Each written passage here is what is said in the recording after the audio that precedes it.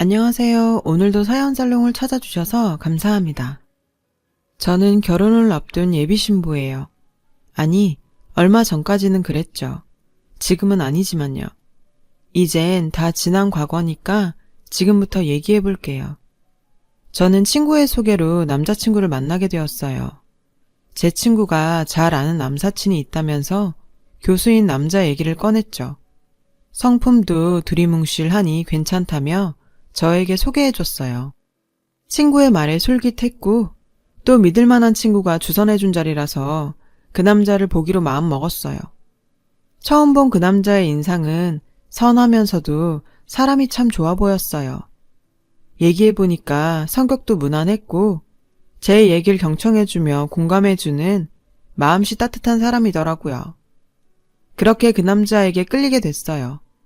그리고 그도 마찬가지로 제가 마음에 들었는지 연락처를 물어보았고 그 남자와 연인관계로 진전이 되었죠. 저희는 보통의 연인들과 같이 영화를 보면서 데이트를 하기도 했고 남산에 들러 사랑을 약속하는 자물쇠를 걸며 서로의 마음을 확인하기도 했어요. 그리고 커피숍에서 같이 커피 한 잔 마시면서 화기애애하게 대화를 나누며 시간을 보내기도 했죠. 남자친구는 교수라서 그런 건지 지적인 매력도 상당했어요. 뇌가 섹시한 남자라는 의미인 뇌생남은 제 남자친구에게 딱 맞는 표현이었어요. 역사학 교수였던 남자친구는 한국 역사에 대해서 이해하기 쉽게 풀어서 여담으로 얘기해주곤 했어요. 그런 남자친구의 지적인 매력에 매료됐고 저희는 대화 코드 또한 잘 들어맞았어요. 그렇게 연애한 지 2년이 다 되어갔어요. 남자친구도 저도 둘 다 결혼 정년기였기 때문에 자연스럽게 결혼 얘기가 나오게 되었어요. 남자친구는 결혼하고 싶다면서 저를 위한 프로포즈를 준비해줬어요. 근사한 레스토랑에서 미리 준비해둔 케이크에 촛불을 켠 채 약혼 반지를 꺼내들고 프로포즈를 했어요. 그 프로포즈에 감동받았고 그렇게 고백을 받아주었답니다. 그렇게 해서 저희는 결혼을 준비하기 시작했는데 연애 때와 마찬가지로 그 과정이 순탄할 거라고 생각했어요. 보통은 결혼 준비를 하다 보면 이런저런 갈등이 있기 마련인데 그때까지 결혼 준비를 하면서 큰 다툼이랄지 갈등은 없었거든요. 남자친구가 제 의견을 잘 존중해줬고 저도 결혼 준비에 있어서 그렇게 까다로운 편이 아니었으니까요. 그래서 저희 결혼은 이대로 순조로울 줄 알았어요. 결혼 준비를 하게 되면서 처음으로 시어머니를 직접 만나 뵙게 됐어요. 한눈에 봐도 보통 분은 아닌 듯 보였죠. 괴팍한 인상의 시어머니는 저를 보자마자 위아래로 훑으시더군요. 그런 시어머니를 보니까 저는 그제야 시어머니의 존재에 긴장을 하게 되었죠. 그런데 시댁에서 밥을 먹으면서 남자친구와 제가 본격적으로 결혼 얘기를 꺼내니까 시어머니가 억지 섞인 말을 내뱉었어요. 내 아들이 교수니까 교수 사모님 듣고 싶으면 꼬박꼬박 월 100만 원씩 나한테 보내렴. 네? 어머니 그게 갑자기 무슨 말씀이세요? 네가 정 그렇게 못하겠으면 이 결혼 미루도록 하마. 어머니, 그래도 매달 100만 원씩이나 드리는 건 저한테 무리인걸요. 100만 원씩이라니?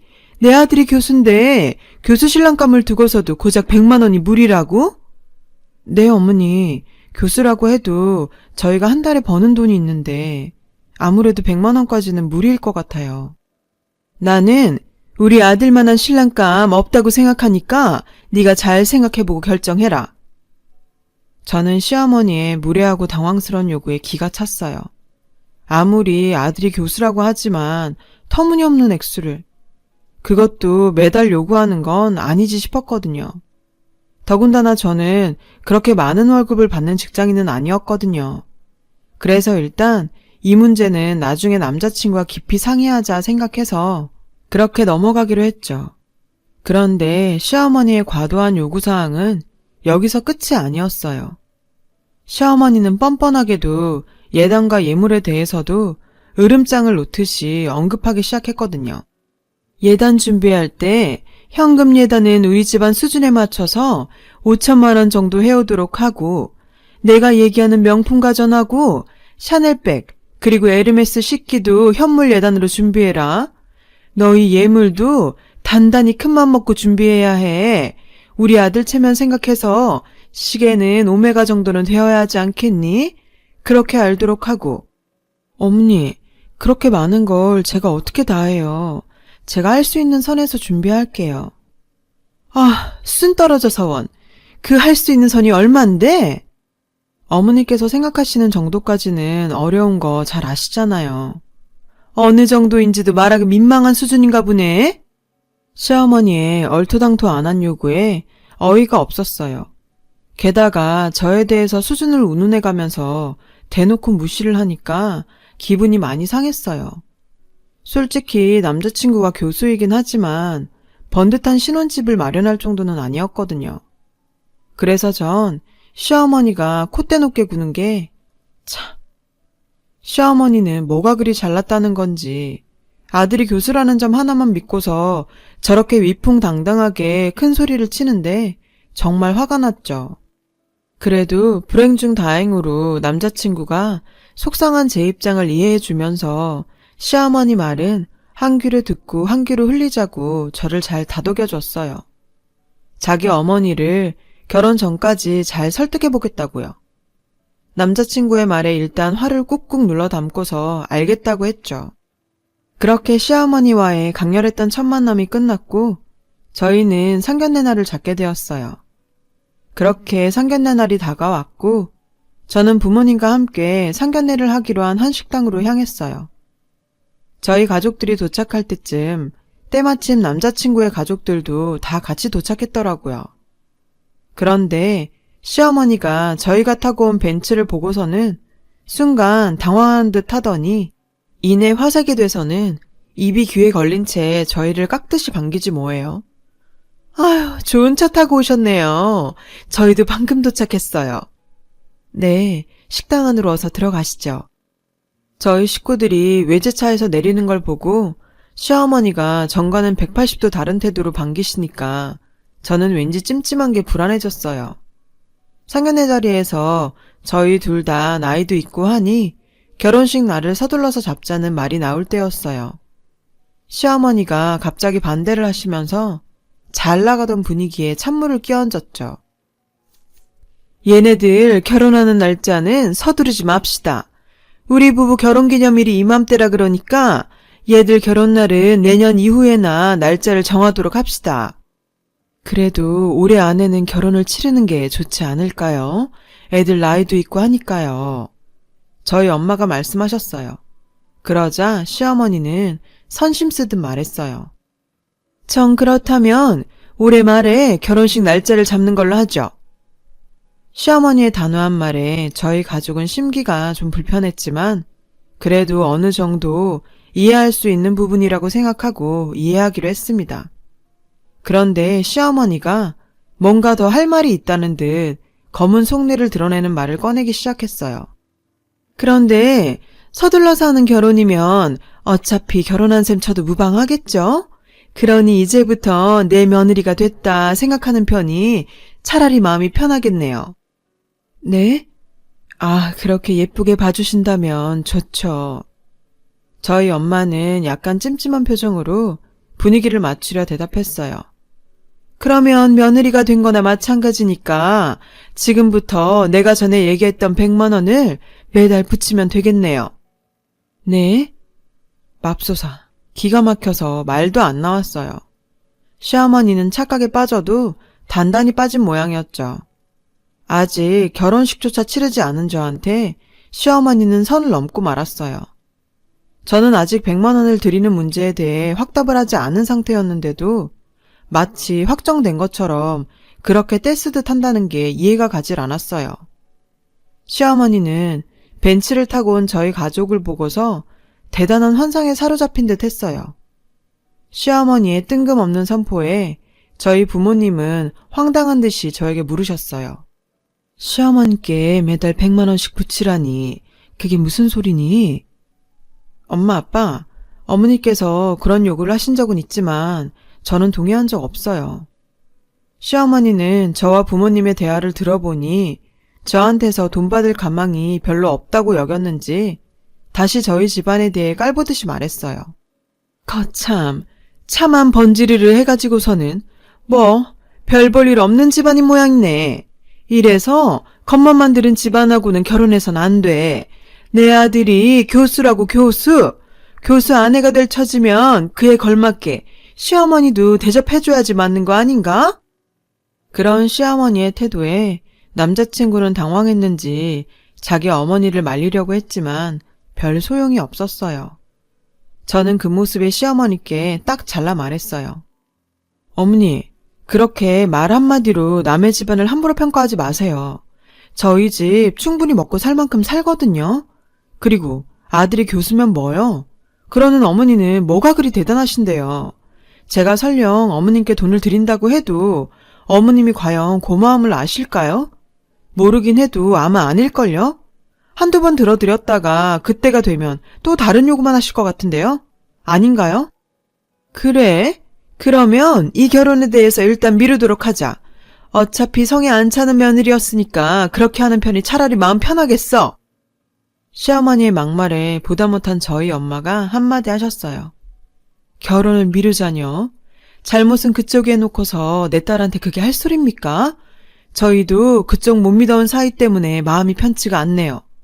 용서를 구해도 모자랄 판에 참 뻔뻔하네요. 그러자 적반하장이라고 시어머니는 한술 더 떠 화를 내더군요. 내가 한 말이 뭐가 그리 대수라고 이렇게 유나는? 참, 시어머니 용돈 하나 제대로 못 갖다 바칠 처지인 주제. 하여튼 이 집안은 외제차 타는 허영씨만 가득 찼네. 저희가 외제차를 타든 뭘 타든 왜 비꼬세요? 당신이 뭐 보태준 거 있어요? 도저히 말이 통하지가 않네요. 저희는 이만 가보렵니다. 저희 부모님은 시어머니와는 더 이상 말이 통하지 않는다는 걸 직감하곤 자리에서 일어나셨어요. 네, 그러시던지요. 어차피 나올 돈도 없는 집안이라 우리 아들 결혼시킬 생각은 추워도 없습니다. 시어머니와 저희 엄마의 극에 달한 감정에 남자친구는 어쩔 줄을 몰라 하면서 쩔쩔매더라고요. 그 모습이 안 되긴 했지만 저나 저희 가족들 모두 무척 화가 난 상태였기에 자리를 박차고 그대로 나와버렸어요. 이러다간 결혼이 미뤄지거나 심지어 취소도 될 수 있다는 걸 알고 있지만 결혼이고 뭐고 이 상황은 정말 아닌 것 같아서 상견례 자리를 박차고 나온 거죠. 남자친구는 이 상황에 당황했는지 여러모로 시어머니를 설득할 시간과 생각할 시간이 필요해 보였어요. 아니나 다를까 저한테 시간을 좀 더 달라고 하더군요. 결국 우리 결혼을 미룰 수밖에 없었어요. 그렇게 생각할 시간을 가진 지도 2달이 지났는데도 남자친구한테는 연락이 없었어요. 저는 그동안 남친과의 행복했던 추억들이 떠올라 괴로운데 말이죠. 그렇게 남자친구를 못 잊어 힘겨워할 때쯤에 남자친구한테서 장문의 문자 한 통이 왔어요. 내가 100번 1000번 잘못했어. 엄마한테는 더 이상 돈 문제로 힘들게 안 하기로 하고 내가 대신 약속 받았어. 그러니까 제발 우리 미뤘던 결혼 다시 한 번만 더 생각해 줄 수 없을까? 난 아직 널 못 잊어서 그래. 내 마음속에 사랑하는 여자는 너 하나뿐이니까. 일단 만나서 얘기라도 하자 제발. 남자친구의 문자 메시지에 마음이 흔들렸어요. 그래서 우선 남자친구를 만나보고서 시어머니 문제가 어떻게 정리되었는지를 들어보기로 했죠. 결정은 그 다음에 하고요. 그렇게 약속한 커피숍으로 남자친구를 만나러 나갔어요. 오랜만에 본 남자친구의 안색은 그리 밝아 보이지 않았어요. 아마 그동안 시어머니의 등살에 남친이 소갈이 하면서도 어렵게 결혼 문제를 밀어붙인 모양이었어요.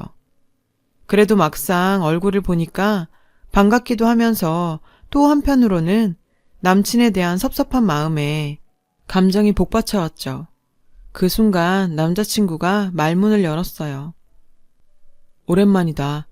우선 우리 결혼이 이렇게 미뤄진 것에 대해서 내가 사과할게. 우리 엄마가 그때 매달 100만 원씩 달라고 한 거에 대해 내가 진작 결판을 지었어야 됐던 건데 내가 엄두가 나질 않아서 차일피일 미루는 바람에 이 사단이 난 것 같아. 내가 입이 10개라도 할 말이 없다. 미안하다. 사실 나도 그게 이해가 잘 가질 않았어. 그땐 다 엎질러진 물이라고 생각해서 얘기를 안 했었지만 그때 오빠가 미리 어머니께 잘 얘기를 했더라면 이런 일은 없었을 테니까. 어쨌든 알겠어. 근데 우리가 결혼하려면 어머니께서 바뀌셔야 할 텐데 그게 쉬울까? 어머니가 바뀌는 건 쉽지 않겠지. 하지만 내가 정말 너 아니면 안 되겠어서 그래서 어머니한테 그동안의 문제에 대해서 더 이상 아무 소리 하지 않겠다고 약속받았어. 그리고 너랑 결혼하도록 허락해달라고 조르고 졸라서 결혼 승낙도 받았고. 그러니 이제 네 대답만 남아있어. 나랑 결혼해줄래? 한편으로는 고민도 되긴 했지만 그래도 남자친구의 제안이 싫지만은 않았어요. 그때까지는 남자친구에 대한 사랑의 감정이 가슴 한켠에 남아있었거든요. 그래도 저에겐 시어머니에 대한 트라우마가 남아있던 터라 신중해야만 했죠. 그래서 일단 남자친구의 말에 알겠다고 했습니다. 그렇게 약속하기로 약속은 했다지만 한 번 어긋난 결혼, 2번 어그러지지 말라는 법은 없잖아요. 결혼하기 전까지 걱정하지 않을 수 없었어요. 커다란 고비를 한 번 맞은 뒤라 그런지 이후로는 순탄하게 결혼 준비를 할 수가 있었어요. 다행히도 어렵게 다시 잡은 상견례 자리에서 양가 모두의 협의하에 그해 초여름쯤에 결혼식을 치르기로 날짜를 정했거든요. 그리고 무엇보다 그간의 돈 문제에 대해서 시어머니가 별말 없이 넘어갔다는 게 큰 발전이라면 발전이었죠. 비록 시어머니가 약간은 투덜거리시긴 했지만요. 뭐 혼잣말로 작게 중얼거리는 그런 궁시렁쯤이야 문제가 되겠어요. 신혼여행지도 정했고 예단 및 예물 또한 현실적으로 실속 있게 하면서 일사천리로 결혼 준비를 진행할 수가 있었어요. 새로운 마음가짐으로 다시 결혼 준비를 하게 되었죠. 하지만 혹시라도 시어머니가 또 어떤 꼬투리를 잡으실지 몰라 저는 늘 조마조마하긴 했어요. 행여나 또 다른 돈 문제로 힘들게 할까봐 걱정이 됐거든요. 그래도 여기까지 온 이상 이 결혼을 깨고 싶지는 않았어요. 왜냐하면 같은 남자하고 파혼까지 갔다가 다시 결혼을 하게 된 걸 보면 저는 이 남자와 헤어지면 후회하면서 살 것만 같았거든요. 그렇게 바짝 긴장을 한 채로 결혼 준비를 하긴 했어요. 부디 앞으로는 큰 문제가 없기를 그렇게 바랬건만. 결국 제 결혼에 다시 차질이 생기고 말았어요. 바로 결혼식 전날이었죠. 시어머니한테 전화가 왔어요. 내가 지금껏 내 아들 생각해서 여기까지는 참았는데 결혼하면 넌 그때부터 내 며느리 노릇 제대로 해야 할 거다. 네? 갑자기 그게 무슨 얘기시죠? 이 집안 며느리가 되려면 너는 적어도 내 수준에 맞는 며느리가 되어야 한다는 말이야. 그런데 결혼식 날 입을 옷 사라고 네가 보낸 돈이 나 참 기가 막혀서 이게 옷 사 입을 돈이니 푼돈이지. 내가 계좌번호 알려줄 테니까 당장 1,000 더 이체하도록 해라. 어머니, 이미 어머님과 아버님 정장값으로 300만 원을 보내드렸는데 1,000만 원을 더 보내라고요? 저한테 더 이상 돈 문제로 이러지 않기로 약속하셨잖아요. 하참, 내가 예전 문제 얘기하는 게 아니잖아. 지금 당장 정장값을 얘기하는 건데 우리가 언제 그거에 대해서 언급한 적 있었니? 암튼 내가 계좌번호 문자로 보낼 테니까 그리로 바로 보내. 저도 더 이상은 참을 수가 없었어요. 다른 날도 아니고 결혼식 전날에 이런 말도 안 되는 짓을 하다니. 이젠 결혼이고 뭐고 다 필요 없다는 생각뿐이었어요. 그래서 어머니, 전 그렇게는 못하겠어요. 툭하면 돈 문제로 저희 결혼에 제동을 거시는데 참는데도 한계가 있는 거예요. 어쩜 매번 이렇게 사람 피를 말리세요. 뭐라고? 피를 말려? 아이고, 그래. 그렇게 못하겠다 이거지? 이런 식으로 나오면 나도 안 되겠다. 니들 파혼해라 파혼해. 툭하면 파혼을 강요하는 시어머니의 행동을 더 이상은 참을 수가 없었어요. 게다가 저는 아무리 생각해도 이건 아니라고 생각했으니까요. 그래서 남자친구한테 전화해서 방금 전 있었던 일을 모두 얘기했어요. 제 얘기를 들은 남자친구는 놀라더군요. 자신의 어머니가 그런 행동까지 할 줄은 미처 몰랐던 모양이었어요. 근데 말야, 이게 다 우리 엄마만의 문제일까? 남자친구는 저한테 오히려 지쳤다더군요. 결혼 전날인데 시어머니를 이해하고 잘 달래줄 수는 없는 거냐고 화를 내더군요. 그러더니 앞으로 계속 이렇게 시어머니랑 불협화음을 내면서 자기 주장만 펼칠 거면 그냥 이대로 파혼을 하자고 말이죠. 생각지도 않았던 남자친구의 적반하장식의 발언에 저는 너무 기가 찼어요. 잘못은 자기 엄마가 있는데 중재는 못할 망정 오히려 결혼 전날 파혼을 하자니 너무 기가 막혔어요. 아나무인인 시어머니와 그걸 막을 힘도 없는 남친한테 이미 상처를 받을 대로 받은 저는 남자친구의 파혼 통보에 달리 방법이 없다고 생각했어요. 그렇잖아요. 제가 자기 엄마한테 피해를 당한 상황에 오히려 남자친구는 자신이 중간에 껴서 피곤하니까 되려 제 탓하면서 파혼 쪽으로 가닥을 잡는 거잖아요. 정말 뻔뻔하게도 말이죠. 믿었던 남자친구한테 받은 배신감에 억장이 무너져 내리는 기분이었어요. 남친에 대한 신뢰감마저 깨지고 나니까 이런 결혼을 하지 않는 게 차라리 최선의 선택이라는 생각마저 들게 됐죠. 그런데 그냥 둘 수만은 없겠더라고요. 그간 결혼 준비 과정에 들어간 돈이며 정신적 피해까지 어마어마했으니까요. 그래서 그냥은 넘어갈 수 없다고 판단했어요. 생각만 해도 이가 갈려서요. 시어머니야 원래 그런 사람이었다지만 제 편인 줄 알았던 남자친구의 외면과 배신에 전 정말 깊은 상처를 받았거든요. 다른 사람도 아닌 남자친구한테 파혼을 당했다는 사실에 전 고통스러웠고 그런 나날이 이어지다 보니 정신적으로 피폐해져만 갔어요. 그런 놈과 깨진 건 차라리 잘된 일이라고 수천 번 마음을 잡으려고 노력해봤지만 얼마 안 가 배신감에 치가 떨려서 또다시 분노에 휩싸이기를 반복했죠. 저에게는 그 파혼 사건을 잊어버리는 게 마음처럼 쉽게 되지 않았어요. 그런 저의 모습을 보다 못한 부모님은 가슴이 아팠는지 저에게 그만 잊으라고 충고를 해주셨어요. 그런 못난 남자랑 그 엄마 때문에 내 딸이 끌려다니면서 망가지는 꼴은 더 이상 못 보겠다. 이제 그만 생각하고 잊어버려라. 내 딸 속만 골물라. 엄마, 아빠, 나 파혼 당한 것만 생각하면 너무 힘들어. 너무 억울해서 미칠 것만 같아. 그러니까 그들에 대한 나쁜 기억들은 다 지워버리는 게 나을 거야. 그 시어머니는 그렇게 돈 타령만 하면서 사는데 그따위로 살다 보면 언젠가 둘 다 천벌받을 거다. 순간 엄마의 말에 번뜩했어요. 천벌? 그래, 남자친구랑 그 어머니는 천벌을 받아야만 마땅하지. 그렇다면 그들에게 합당한 응징을 해줘야겠어. 부모님과 얘기하는 과정에서 남자친구와 시어머니가 벌을 받도록 복수하고 싶다는 마음을 먹게 되었어요. 그래서 그들에게 법적으로 책임을 묻는 방법이 있는지를 알아보게 되었죠. 나쁜 인간들한테 하늘이 벌을 주지 않는다면 당한 사람이라도 벌을 줘야 하는 거 아니겠어요? 그렇게 변호사에게 찾아가서 상담을 받아본 결과 저희 경우에는 파혼에 대한 책임이 남자친구 측에 있기 때문에 파혼에 대한 손해배상 청구 소송이 가능하다는 대답을 들을 수가 있었어요.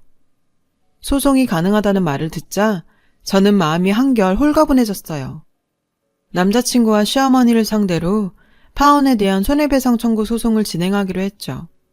시어머니가 첫 상견례 자리에서 정당한 이유 없이 혼인의 시기를 미루고 거절한 점과 남자친구도 차일피일 결혼을 미루고 거절한 점이 결정적 사유가 됐어요. 시어머니와 함께 남자친구가 덩달아서 결혼을 미뤘었고 또 파혼도 그쪽에서 먼저 말했기 때문에 파혼에 대한 피해에 대해서 소송을 걸 수가 있게 된 거죠. 그동안의 일에 대해서 문자를 주고받은 사실들을 근거로 저는 소송에 대한 증거 자료를 제출했어요. 그러자 남자친구와 시어머니는 발등에 불 떨어진 사람들처럼 난리더군요. 남자친구와 시어머니가 번갈아 가며 전화해서 소송을 취하해달라고 싹싹 빌었어요. 어림도 없죠. 그간 저와 제 부모님이 당한 수모가 얼마인데. 그래서 택도 없는 소리 말라고 한마디 해줬죠. 그리고 얼마 뒤 저는 파혼으로 인한 피해 보상을 받을 수가 있었어요. 만족할 만한 액수는 아니었지만 그래도 그쪽 집엔 큰 타격이 될 액수였죠. 악몽 같은 파혼의 굴레에서 벗어난 저는 이제 두 다리 뻗고 편안하게 잘 지내고 있어요. 상처받은 기억은 시간이 좀 더 필요하겠지만요. 그래도 저는 현재의 제 삶에 만족하면서 나름 편안하게 즐기고 있답니다. 가족들과 함께 낚시터에서 여유롭게 주말을 보내기도 하고 밤에 가족들과 공원에 산책을 나가기도 하고요. 상쾌한 저녁 공기도 마시며 다 함께 수다를 떨기도 하죠. 집에 와서 야식거리로 라면에 파 송송 썰고 계란 풀어서 뚝딱 만들어 먹노라면 이게 사람 사는 거죠. 저한테 이만한 힐링 라이프가 또 있을까 싶네요. 지나간 인연에 대한 미련은 물 흐르듯 떠내려 보내는 게 결국에는 보다 나은 선택이라고 생각합니다. 과거는 과거일 뿐이니까요. 시간이 약이란 말이 결론적으로는 맞을 거라고 생각하거든요. 지금까지 제 사연을 들어주셔서 감사해요. 오늘 하루 편안하고 힐링되는 시간 보내시길 바래요. 여러분, 사연 댓글에 응원과 현명한 조언 부탁드려요. 좋아요와 구독은 저에게 큰 힘이 됩니다. 오늘도 좋은 일 가득하세요.